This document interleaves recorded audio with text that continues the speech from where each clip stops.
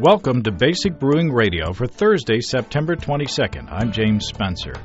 Here at Basic Brewing Radio, we're all about home brewing, making beer at home. This week we preview the Great American Beer Festival coming up in Denver, Colorado, and we spend a bit of time in the mailbag. As I predicted, the sanitation show from this past week stirred up a little controversy, although less than I expected, thank goodness.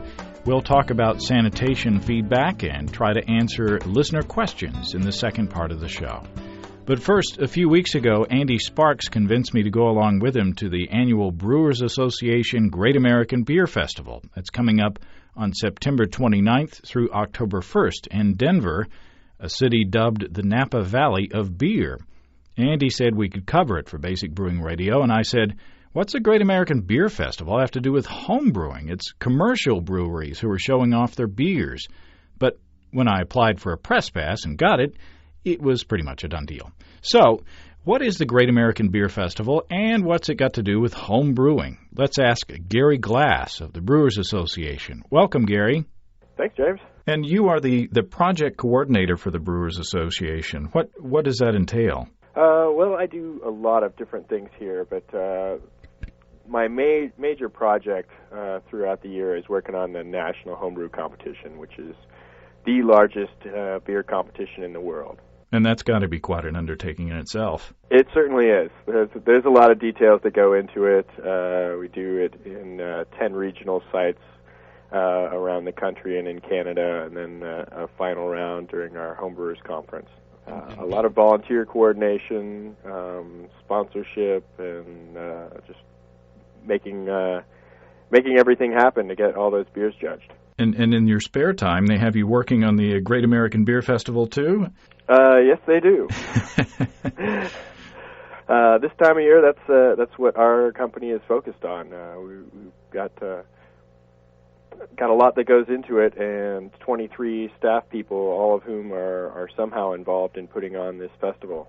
And tell me a bit about what goes into that. I mean, this is give us a little bit of history and a little bit of the scope of what goes on at the Great American Beer Festival. Sure. This will be the 24th year of the Great American Beer Festival. It started in Boulder, Colorado, with a handful of breweries, and I believe somewhere on the order of 30 beers at the festival. We've expanded quite a bit since then. We now have 1,669 beers on the floor from 380 different breweries, and the competition portion of the festival will be judging 2,358 entries. Is this the picture, if a snapshot of the beer industry in the United States? Yeah, absolutely. It covers all aspects of the brewing industry, from the large brewers like Coors, Miller, Budweiser are all heavily involved in the competition, down to some of the smallest brew pubs in the country will be at the festival. So a huge range of beers in terms of size of the breweries and in terms of varieties of beer. This is the way to taste what's going on in American craft beer. And with 1,669 beers on tap, how does that work? I've never been to one of these things, so walk me through this, Gary. Surely they don't just hand you a beer, like a bottle of beer when you go to the booze. How does that work? No, certainly not. When you enter the hall, they'll give you a tasting glass, and you can take that to any of the booths and get a 1-ounce sample. And there's an unlimited number of samples. Of course, you want to take it easy, because even though it's just 1 ounce, over 4 hours, those ounces add up. But the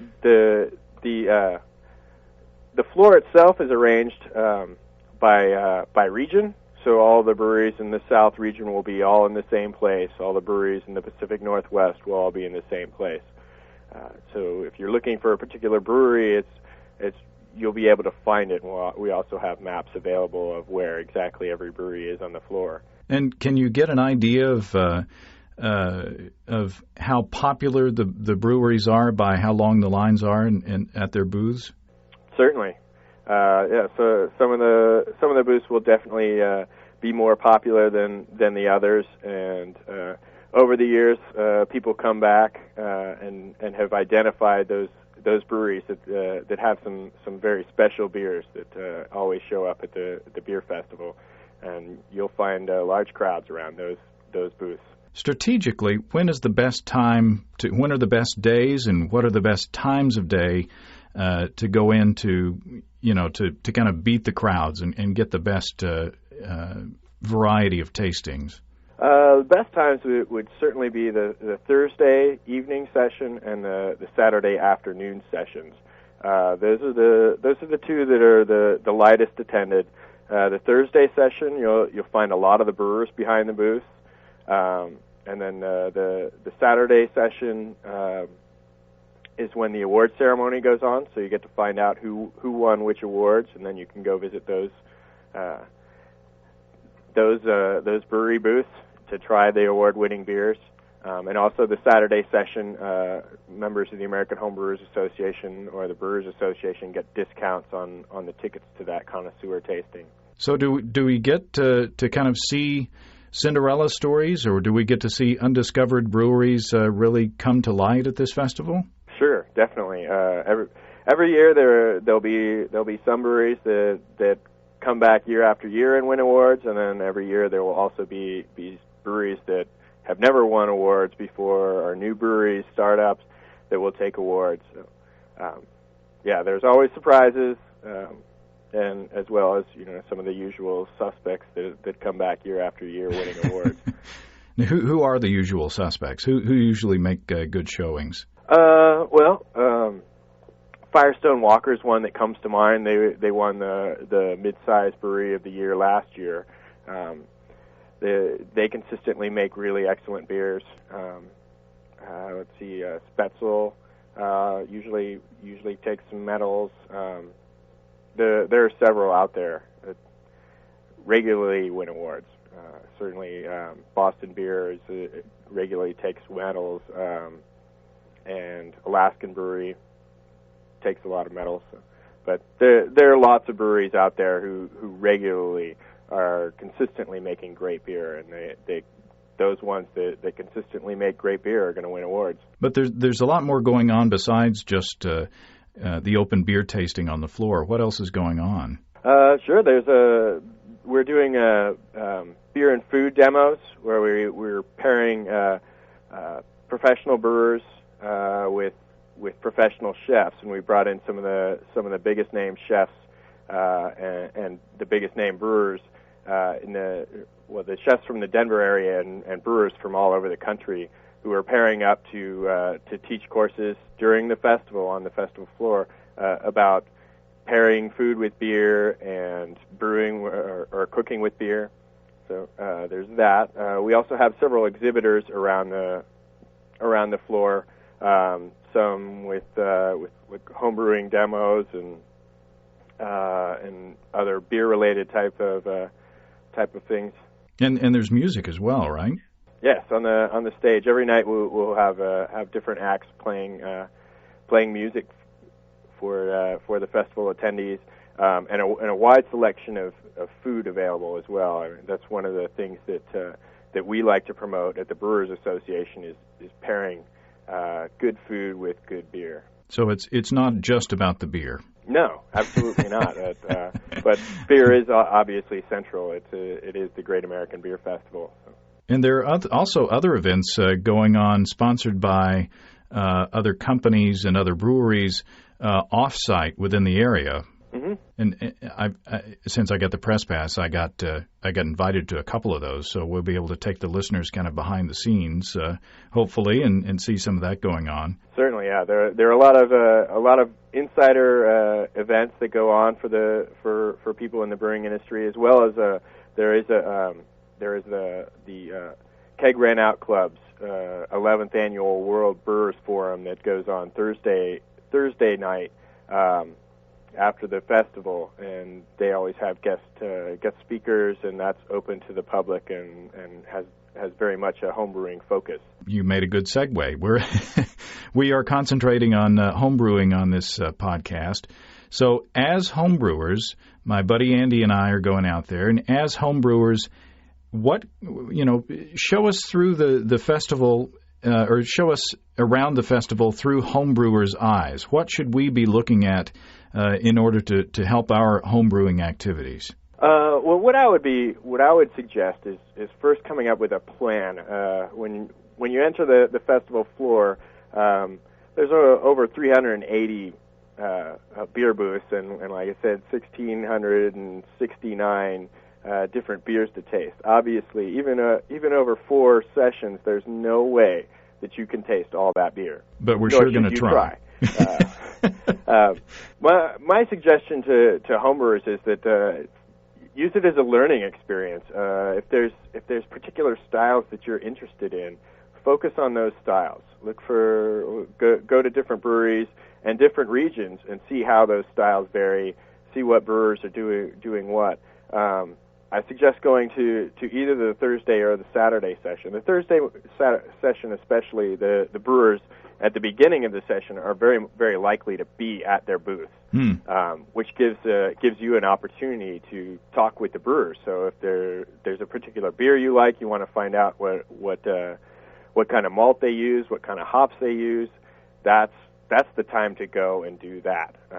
It's really an excellent opportunity, and it's the only opportunity to try all these different beers from all over the country that aren't available in most places. So finding those unique beers and finding those brewers, I think is what will really help you in brewing better beers, being able to talk to those brewers and sample their beers. So it's a source of inspiration and information at the same time. Sure. Or the brewers, I would assume, would be pretty homebrewer friendly. In fact, I would imagine that most of them will have been homebrewers themselves. Oh yeah, absolutely. We would estimate that over 90% of the brewers in the country today started out as homebrewers. So, I mean, that's their roots. And they've made their lives beer. So talking to other people who are passionate about beer is something that they enjoy. So. They're definitely looking forward to meeting the public and meeting their consumers. So. And reading the list of breweries and some of the beers that are going to be featured, it seems like there are the beers that pretty much stay within the guidelines, and then there's some beers that are pretty out there as far as ingredients or pushing the envelope of going beyond what the styles entail. So there could be some interesting stuff that someone like me in Northwest Arkansas may not have access to.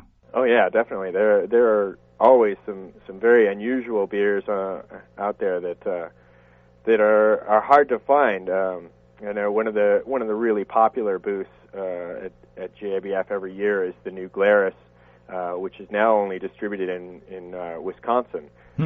They make a couple of fruit beers, including a sour red Belgian-style beer and a cherry fruit beer that are just extraordinary. And those are the kinds of things unless you live in Wisconsin or know people in Wisconsin, you can't get those beers elsewhere. So. And they're not necessarily beers that are always going to win medals. They don't necessarily fit into categories, but certainly some unusual ones. Another one that comes to mind would be the Sam Adams Utopias. This beer sells for over $100 a bottle, so not many people get a chance to try it. Well, they have it on the festival floor, so wow. That's a pretty unique opportunity to try this beer, which is the strongest alcohol content beer in the world at 25%. Well, I would assume the line would be long at that booth. Yes, it does tend to be fairly long, but so I would suggest getting there early in the festival. So. Well, it sounds like the long lines would be a good pacing device. For people like me who would tend to go quickly from booth to booth with my little tasting glass and probably by the end of the evening not get the most, the best experience out of it. out of the Brewers Festival? Pacing is definitely an important thing. It is amazing how quickly those 1 ounce samples add up. So definitely take in everything that's going on at the festival. Take in some of the music, visit some of the food booths, and talk to some of the people who have exhibitors that are exhibitors at the festival to break it up, because 4 hours of nonstop drinking is not exactly a great experience. So. You want to be able to remember those wonderful beers that you tasted on the floor. So. There you go. Well, Gary, I appreciate your time. Gary Glass, Project Coordinator for the Brewers Association. We hope to see you in Denver. I will be there. My pleasure. Good talking to you, James. We appreciate Gary Glass taking time out to talk to us. If you would like to find out more about the Great American Beer Festival, you can go to greatamericanbeerfestival.com or go to the Brewers Association website at beertown.org. And as usual, I'll post links to those sites on our site, basicbrewingradio.com. Now, on to the mailbag. Let's start off with the less controversial letters and work our way up. Alex from Philadelphia writes in to say he travels a lot and likes to listen to the show on the road. We're glad you keep us along, Alex. He also says he's planning to brew his first batch of beer this fall and wants to start with something simple as long as he can taste the hops. I suggested he start with an ingredient kit from a homebrew supply store, and that way he can concentrate on the process and not worry about trying to formulate or tweak a recipe on his first attempt. I also put in a shameless plug for my buddy Andy's kits on thehomebrewery.com. That's how I started, and I always got good results. Of course, Andy's not the only one selling good ingredient kits out there. Good luck on your first batch, Alex. I also suggested Alex listen to Craft Beer Radio since he's from Philadelphia, and the Craft Beer Radio guys are in Pittsburgh and often talk about good local beers. Alex says he recommends Stoud's Brewery in Pennsylvania. That's Stoudt'. I hope I'm pronouncing that properly. And Dogfish Head in Delaware. Both of those are scheduled to be at the Great American Beer Festival, so I hope to get to sample their beers. Ryan in Milwaukee asks, what is the main purpose for steeping grain and the different purpose for all the different types of grain? In a lot of recipes, there is no grain being steeped, or a lot less than I usually get with my kits.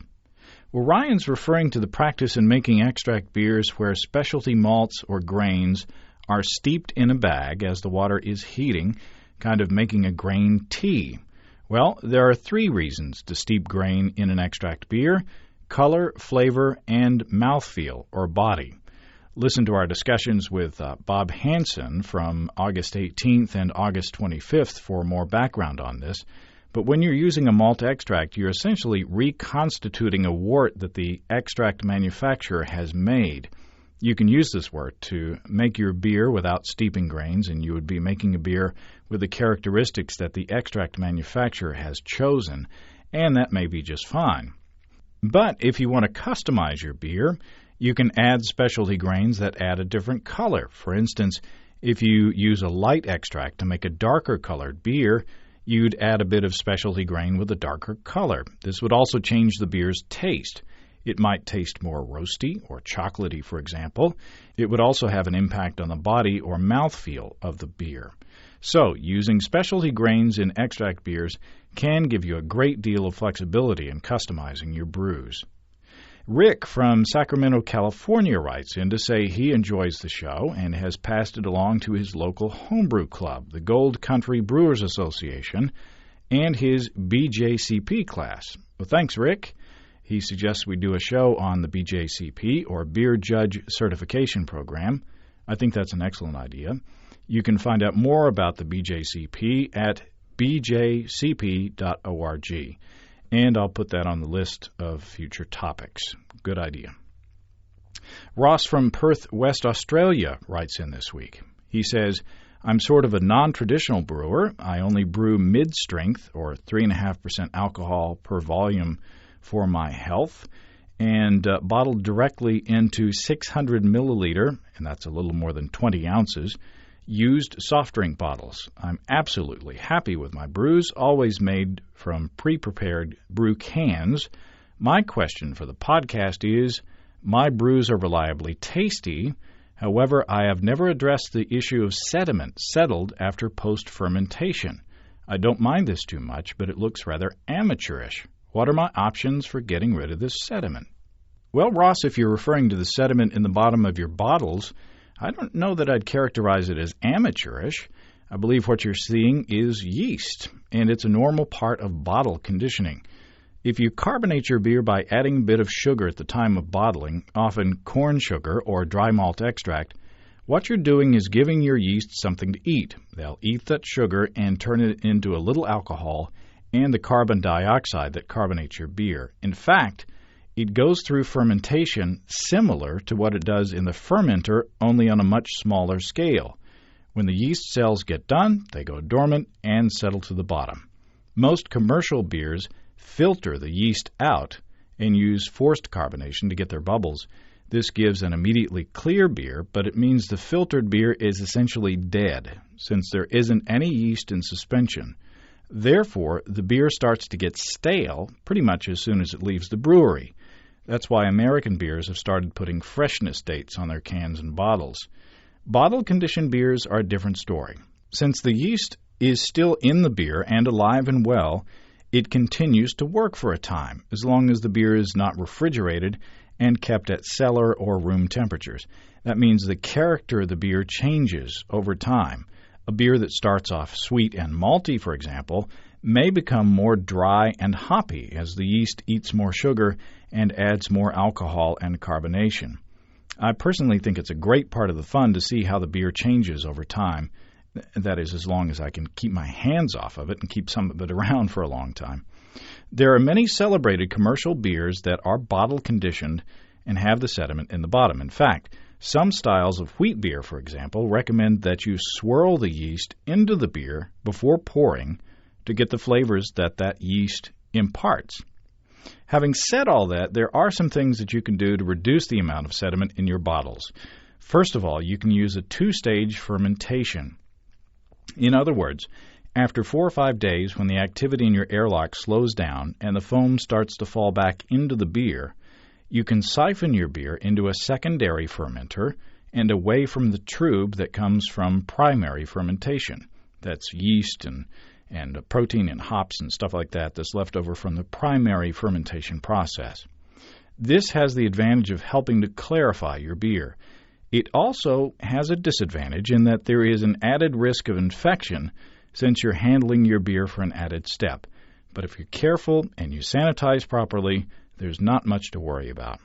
And finally, time will help you clarify your beer and reduce the sediment. If you rack into secondary after initial fermentation and then keep the beer in the secondary fermenter until it falls completely clear, a couple of weeks or so, then there will be less yeast to settle out in your bottles, but still enough in suspension to carbonate your beer. So, celebrate your sediment, Ross. It's the sign that you're drinking a handcrafted beer. And if you pour carefully, you can leave most of it behind in the bottle anyway. With the next letter, we start getting into questions having to do with sanitation.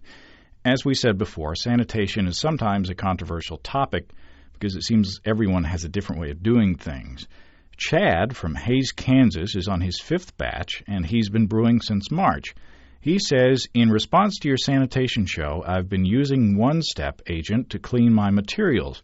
I'm very glad you pointed out that it's not really a sanitizer. I will probably move on to something better in my next batch. So far, it hasn't let me down, though. If one-step is a cleanser, how is it supposed to be used? Do you use it in conjunction with a sanitizer? Well, first of all, Chad, half of me wants to say if one-step is working for you, then use it.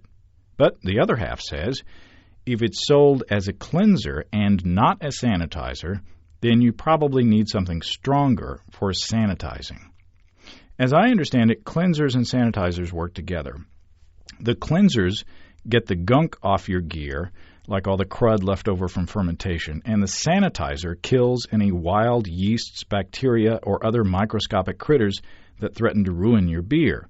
So, if you like the way One Step cleans your equipment, you might want to keep using it for that purpose and start using something like iodophor or star sand to sanitize. Now, one note, I still have no personal experience with One Step or star sand, but I do hear good things.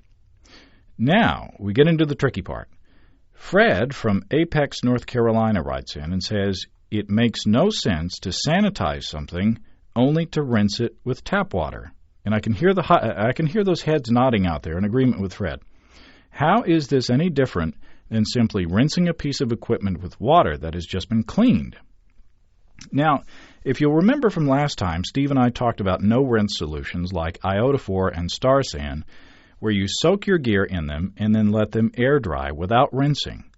And we talked about bleach solutions, where you soak for 30 minutes or so and rinse afterwards to get rid of the taste and smell of bleach.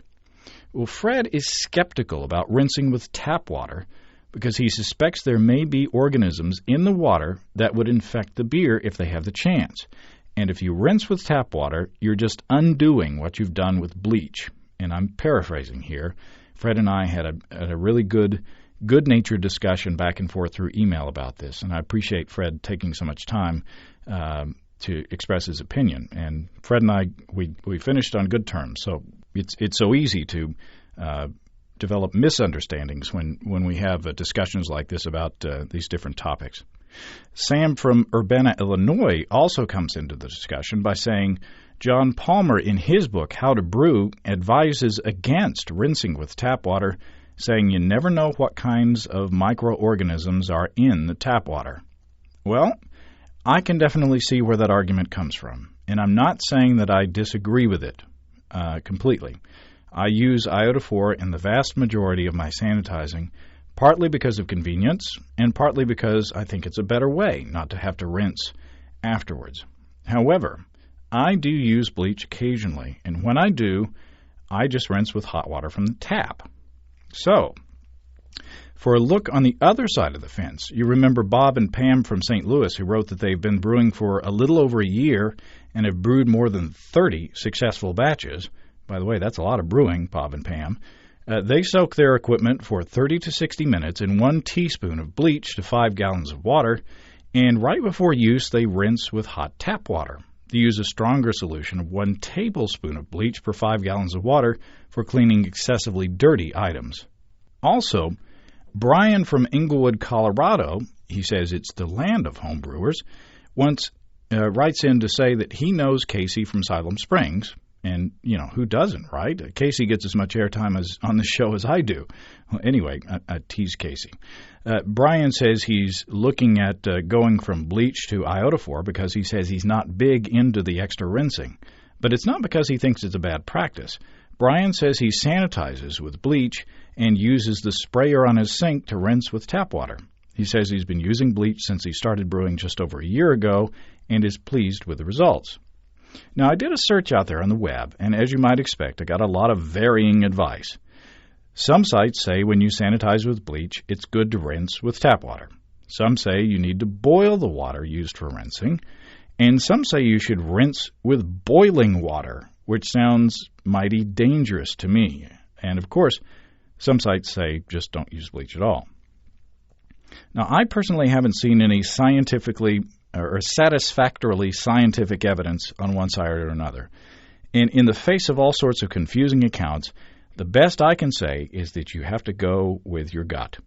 If you don't trust your tap water, I completely understand. Either use a no-rinse sanitizer or boil the water that you use to rinse your equipment to make sure it's 100% safe. You have to go with a method that makes you comfortable. It's your beer. You're the boss. You have to go with the thing where you feel that you're doing the best for your beer. Now, you can take the experience of people like Bob and Pam and Brian into account, along with the experience of Steve and me, and consider that using bleach is a viable alternative. Are we just lucky? I don't know. If Bob and Pam are just lucky and having more than 30 successful batches in less than 2 years, then I want to go with them to Vegas the next time they go. But seriously, I don't want to turn this podcast into the bleach debate show. But I do want to share information in a way that helps you make good decisions and helps us all make better beer. If I hear from brewers who are using a method successfully, I'll pass it on. I'll let you know if I've had experience with it or not, and you can make the decision. Well, how's that for standing on the fence? It sounds like I'm running for political office here. Well, that's a lot of me talking, and I appreciate everybody writing in with questions and comments. Now, I want to hear from you.